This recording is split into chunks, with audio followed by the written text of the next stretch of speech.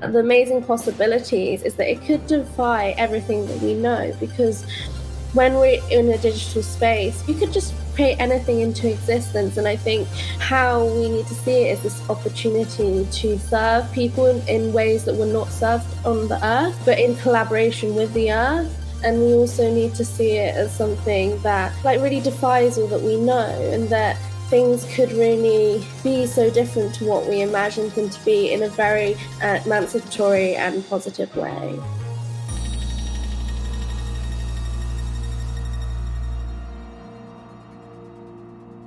Hello and welcome to the Culture and Technology Podcast. My name is Severin Matusek. Everyone is talking about the Metaverse, and nobody knows what it is. One of the most important things we learned from the pandemic is that digital experiences will become more and more important, and more life-shaping events will take place in virtual spaces. I mean, thousands of people already got married on Zoom in the last few years, so what happens next? Whatever the metaverse might be, it's important to talk about it. Most of the time, though, when we talk about the metaverse, it's technologists talking to us, representatives of big companies, investors, tech brands, engineers. They talk about technological capabilities and money to be made, but not necessarily what it means to be human in these worlds. What it means to feel, what our bodies feel like, or how we connect to one another and how we relate to ourselves. What I believe is special about the current iteration of the internet is that a more diverse group of people participates in shaping the digital experiences of the future. It's not just engineers and IT specialists from Silicon Valley. It's artists, architects, actors, curators. There are many different people working on virtual experiences right now. I'm really happy that in today's episode and the two following episodes, we are hearing from a few of these voices that are shaping today's virtual experiences and those of the future. In this conversation, we talk about bodies and virtual space. How are our bodies represented in the metaverse? How do virtual experiences shape our identities? And what is the political dimension of these virtual spaces? I invited three guests to our salon today. Hannah Omori from artist collective Keiken, artist Martina Menegon, and curator Eva Fischer from CIVA Festival for Contemporary Immersive Virtual Art in Vienna.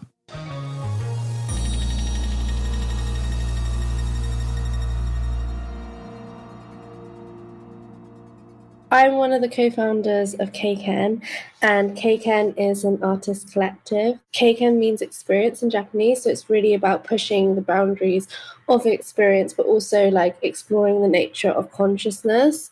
And we really have been, over many years, really building a world-building practice where we speculate the future, and within that, we've always been imagining and building this metaverse. So our practice is really actually very surrounded in creating these new structures and laws that could exist in these spaces. What are the narratives, characters, and that really takes on many different mediums, whether that's installation, film, or gaming, or performance. Thank you. Martina. I'm an artist mainly, but also curator. And in my practice, I focus on extended reality. So I work from virtual reality, augmented reality, interactive installations and games as well. As a curator, I focused, of course, on this kind of art that is very dear to me and very close to me. I'm a senior artist and lecturer at the University of Applied Arts here in Vienna, the Department of Transmedia Art. And yeah, I'm really happy to be here. Great. Eva, what about you? Yeah, hi. Also very happy to be here. I'm the artistic director of the CIVA Festival that was founded 2 years ago as the new media art festival of the city of Vienna. Yeah, I'm also a lecturer myself, and I'm actually focusing on immersive art, on audiovisual art, on digital art. And yeah, what we try with the CIVA Festival is our biggest project at the time is to look at how media art has an impact on our society. And we dealt a lot with the metaverse already last year and with the body this year. And so, yeah, many different angles on how media art and art shapes society. Thank you. So, Hannah, I think in your description, you had this perfect phrase, world building for speculative futures, I think you mentioned. And to me, this is already quite a good direction talking about the metaverse. But to give a little bit context about the metaverse, I find it quite difficult today to really define or come to a shared definition of what it is, because so many people talk about it. Is it virtual worlds? Is it a new social platform? Is it going to be our new reality where everyone just sits at home remotely in the forest and interacts completely with others only in a virtual environment? So, Hannah, since you've been working in that field for such a long time, how do you explain the metaverse?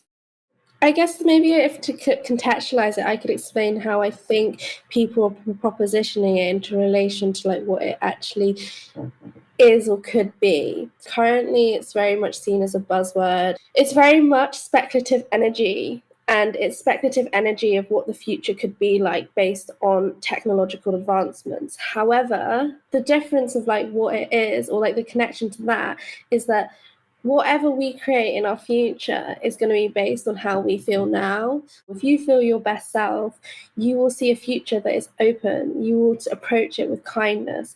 If you feel closed off, you feel fear, you will create a narrow-minded space. You won't see outside the box, or you won't try to see the metaverse being this very malleable space that could change the laws and structures that don't serve people on the earth.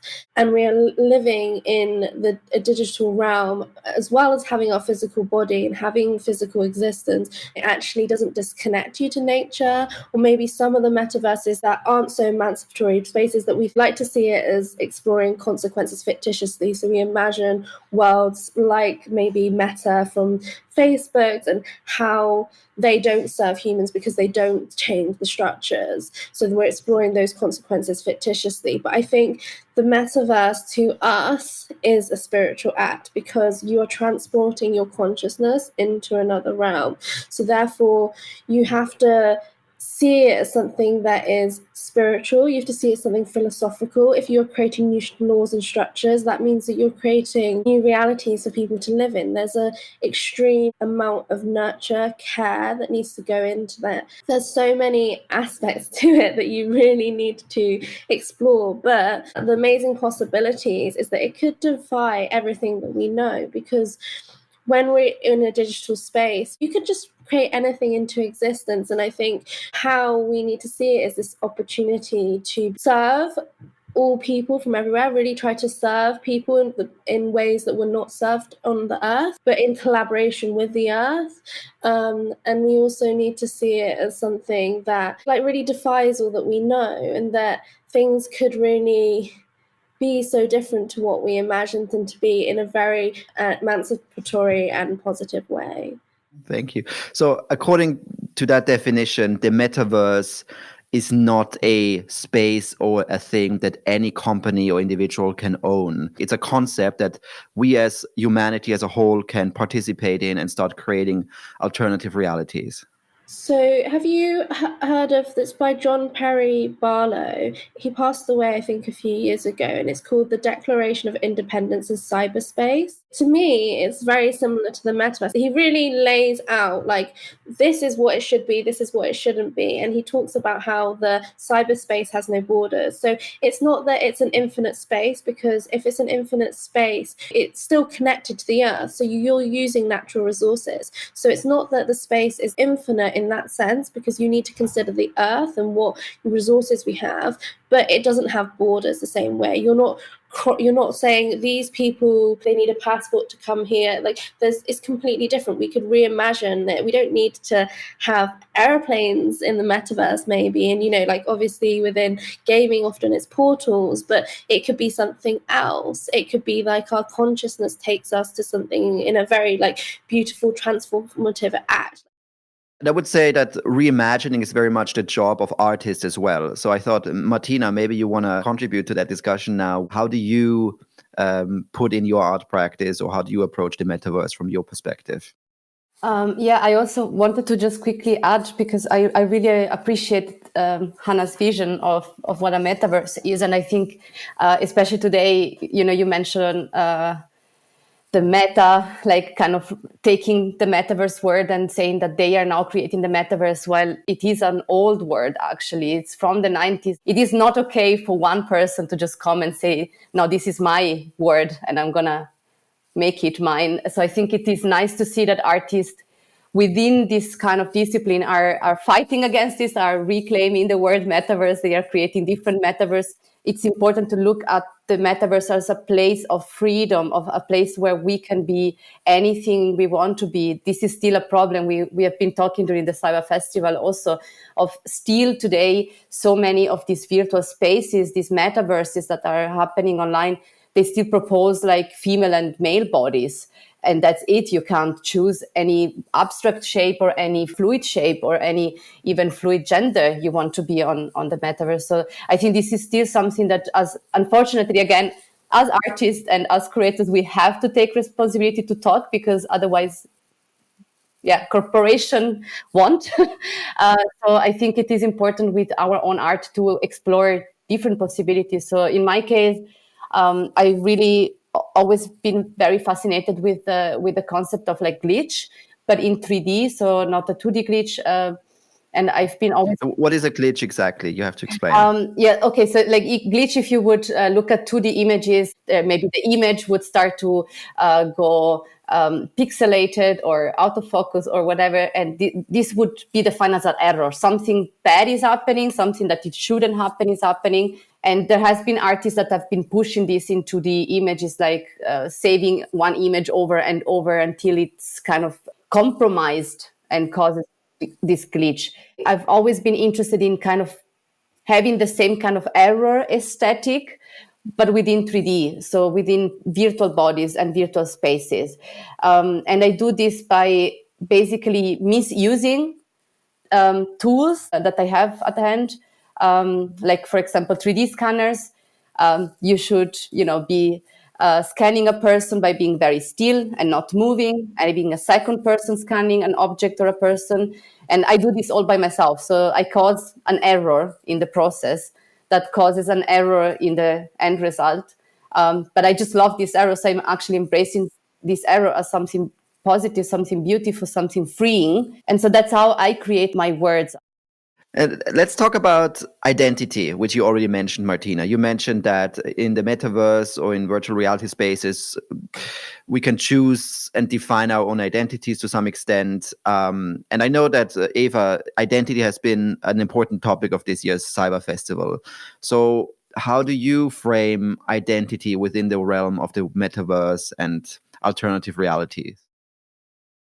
So, actually, during CIVA Festival already last year, we talked a lot about identity and about how you would be able to be still connected when in times of like physical distancing, and how the metaverse could help you. And I think talking about metaverse and also identity, it's very much, since Mark Zuckerberg came up with this term, it got a very political discussion actually. And I think it's always also about the question of which space belongs to whom, and about like who is appropriating which space. Also talking about very much about space and how art can contribute to all of that this year. And we focused even more on the body as a political field between our digital and our analog worlds. And we tried to see how much those usually different realms, but how much they are still connected to each other, and how much actually you cannot make any distinction anymore between the analog and the digital. The body as a mirror of our society, and as even like a communal identity. We talked about how our bodies alone can already show our individual positions in society, for example, whether we are right in the middle or we are pushed to the margins. And our bodies always seem to be malleable, trimmable, and those who don't manage to bring their bodies into the norm are considered failures. It's the same story also in the digital kind of. So, we talk about politics in the end. Talking about bodies, Hannah, one of the works that you created recently, I became very curious about, because you created, or you're constantly developing, this womb, which is basically a womb that anyone can attach to their bodies and then enter a virtual space or metaverse space and feel kind of like what it's like to be pregnant. Is that true? Or like, but maybe you can explain a bit your approach to that womb and the body and the intersection between the physical and the virtual existence. It's called metabodies, and it's basically a womb made out of silicone with haptics inside. So the haptics emit both sound and vibrations, and you wear this haptic wearable womb. You put it on your stomach, you lie down, and you have headphones in, and you listen to animal noises inside. You can program different things inside the womb. We tried it with live singing and different things just to we need to experiment with the technology, test it. I guess like what we imagined it to be to what it is slightly different. It's also very different for different people. But the initial idea of it was that in 2017, we did a performance with over 3 days. It was durational, and there was many performers of different age, gender. And what we realized was that because they were wearing these silicone wombs, not with haptics, just kind of like bought ones, and when people wore them, people really couldn't distinguish that they're not pregnant. So then in their mind, everyone feels pregnant. So we became very fascinated that how cathartic the architecture of the womb is and how holistic it is. So if you think of the metaverse is a space, but the architecture of the womb is important to human beings.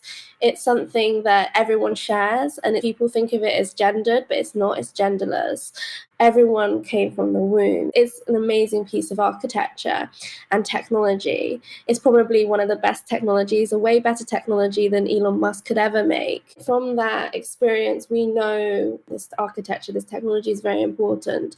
So now let's see what happens if we were to program something inside that womb. How would people respond to that? What about if you were to program something that people find it hard to connect to? So for example, animals, we don't share the exact same senses as animals. There's obviously things that we do share. We share a limbic and a reptilian brain. We have feelings and emotions. They have feelings and emotions, but our sensorial experiences are very varied. So we programmed animals that could communicate through ultrasound into the womb. And basically, when you put sound haptics through the womb, the sound travels inside the womb and creates almost like haptic shapes. So what ends up happening is you have this like very sensorial experience where something is inside you, but something is unfamiliar to you, but you're feeling the vibrations in a very internal but also immersive way. I think initially our idea was very much like, we're very interested in how do we hack the human to have compassion for things that are not similar to them, because one of the implications of the future and present is that we lose interest for things that are not similar to us, or we don't have connections, so we're like confused, or we can't be bothered to try because it's too difficult. It takes hard work, and everybody has different senses. But what we've really noticed is that people are in a safe space when they try the technology, so it activates something, it simulates their body to think, and it makes them think internally because it's inside them. I think that's such a nice approach. And I think as soon as the metaverse gets monetized, it will always be about competition. So we should create as many free and safe spaces as we can. I think that art and games that aim at creating such spaces will help a lot to make users aware of the fact that the metaverse or digital spaces can be a place for experimenting and for finding new ways to see our bodies, to see ourselves. Martina, you wanted to say something? Yeah. Last year experience for us was really interesting because there was, we were all in lockdown and everybody was like searching for places to meet that would be safe. How do you create a safe space online in a place where you can just access and where you cannot ban someone? And for me, it's something that still we have to research. And I think as artists, especially, we can explore, as Keiken do, by creating these new words, new nature, new spaces to exist. Yeah, we need to keep exploring. We need to keep providing different spaces that would accommodate different communities, different groups. We need to provide more safe spaces online because there it's still very, very little. Honestly, I think what Hannah mentioned as well is technological advancements. And I was just thinking that probably 10 years ago, we couldn't have had the same discussion as we have today, because simply technology wasn't as accessible and open as it is today. So the mere fact we can sit here and talk about creating these alternative worlds and creating safe spaces is already a big advancement to the last decade, where still technology and software was probably limited to a certain group of people that had the resources, that had the access to actually create those worlds. I think what we see today with Keiken and other collectives, that more people access that technology now, and more people have the knowledge and the skills and the will to actually create these worlds. We don't just leave it to some programmers, developers in Silicon Valley to do these and to design these spaces or these games according to what they find interesting and important, but we can now take the technology and do it ourselves. Would you agree with that? Do you see that also maybe on CIVA Festival and with some of the projects that get involved? It is true. It has been a very important development that people can access tools to create such words and such spaces. But it's also, I think it goes along with the fact that, some years ago, when you say 10 years ago, there was still this perception that the virtual was something else, was not real. It's a place you escape to not be in reality. You can do whatever, you can behave as you like. And I think meanwhile, it's not only the access to technology, it's also the realization that virtual is real. It is part of us as much as the physical body, our virtual body, it is us. So there is this extra knowledge of, okay, how we behave online, it is how we behave as human as well. And we have to put attention to that. We need to learn. It's still new. We're still kind of babies online, we are still learning how to walk, what hurts, what doesn't hurt. But we are learning this, and we should learn to exist online as we are learning how to exist in the physical. We should question how we are online as much as we question how we are in the physical. These are going together. More accessibility, but also more melting of these two realities that were separated and becoming one new phygital, as Keiken also always say. We talked about the politics of the metaverse. Hannah, in your work, you're creating very imaginative, free worlds according to the way you study neuroscience, the way you study Buddhism, the way you study the body. How political is your work, would you say? Is it political at all? Or would you rather say you try to keep away from politics? I think it's hard not to, but I think our work is definitely very political, but we don't force people to have an opinion on that. We're never talking about things in a very direct way. And what we do is we kind of abstract the emotions, the feelings, the different experiences that are going on right now. So we often like to see, we kind of reflect on the contemporary as though now is history. So what we're really trying to do is we're trying to take the feelings, emotions, culture, consciousness of the contemporary moment and trying to just kind of propel that into the future, and then reflect on those things and kind of explore those consequences fictitiously. So some of the worlds we create are not emancipatory spaces. They're spaces that are oppressive. That's what happens if you go into a space like Facebook, like Meta. What sort of body would you have? And if you were to have that body, what sort of life would you live? So we'll explore that in a much more detailed way. So we'll actually try to live that life and then say, oh, well, this could be the implication that happens. Because if you speculate it and don't try to experience it, you will not go into the detail of what the implication may be. You have to try to simulate that and then go, hey, this is what I found out.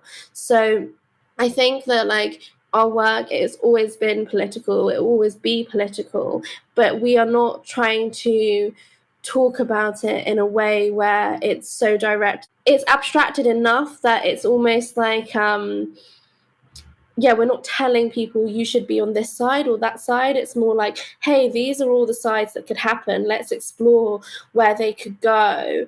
And you, from your own experiences and your memories, you may have a different perspective of the way that you've seen our work to someone else, and that's fine with us. But we will try to go into detail and try to figure out what could or could not happen, even if it's preposterous, because everything is preposterous anyways. But I think that yeah, we're just trying to figure it out in our own way. As my final question for this discussion is, I find that when talking about the metaverse and, also going back to the declaration of cyberspace that you mentioned, that's from the 90s, since decades, we have this image of people getting lost in cyberspace, us only living, surfing the internet, being inside our screens, using these headsets. But do you think there's going to be a dystopian sort of future where, let's say also with climate change, our planet gets destroyed and we just live in little hubs, having our little virtual reality glasses on and completely exist in cyberspace? Is this an actual reality that it's going to happen, or is it not going to happen like that? I mean, we will still have a body. Like, even if we are, let's say, in the middle of nowhere on a little tent with our VR headset, our physical body is the one that will have the VR headset on. I think that that's always this misconception, like this disembodiment connected to the virtual. It is actually the very opposite. Like, I think by being in the virtual, by using the virtual, by existing in the virtual, we also very strongly relates to our physical body. It's like our physical body is the main interface to access this other reality. We should not forget that. We should not forget the body ever when we talk about the virtual. Hannah, what do you think? When you think of like something like Facebook or Instagram, it's like we're currently our phone, like, I don't know, like 15, 20 centimeters high. Like, that's a mini portal. Your screen is like a mini portal into another realm. Imagine if you are literally 360, very like full, like, feels like reality inside Instagram. Like, that is going to be a incredibly highly anxiety driven. You'll always be put in the disposition of seeking mode, but in a way that's not necessarily positive for you. You will like waste time. You'll be trapped. You'll live within those laws and structures that exist in Instagram, and you would not be able to escape it. Like, if you give someone another reality to live in and it feels as real as the earth, how do you escape? I think this is going to be a huge question to what happens if somebody can create these worlds and you don't know where those worlds exist because you don't know the landscape of the metaverse. And what happens to those people? What happens when the resources on Earth deplete and then you're put into the metaverse, but your resources deplete on the physical Earth? What happens to that body? Like, I think it's like there's going to be so many implications that entail. The thing is nothing is just negative, dystopian, or utopian, and that's kind of how the world exists. It exists full of positives and negatives.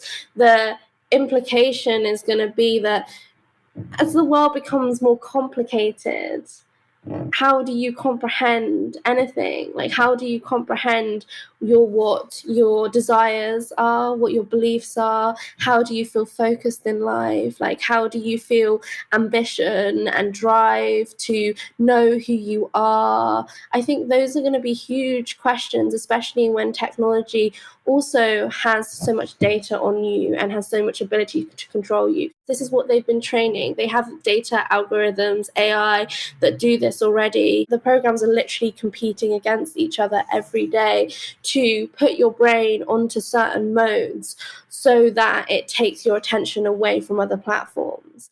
The blockchain has this amazing emancipatory ability to be able to create new forms of exchange that are more nuanced, more ephemeral. You could preserve wisdom onto the blockchain and start exchanging that. Like, you can do all kinds of things. But that really takes us to think about, like, what are the existing structures, and to be able to throw that away and to give that up, to not be so greedy, to not enter the kind of realm of like hyper capitalism, and to want different goals in life, and to actually have the ability to be clear-headed enough to follow that direction and to stick with that, and against all odds change those things.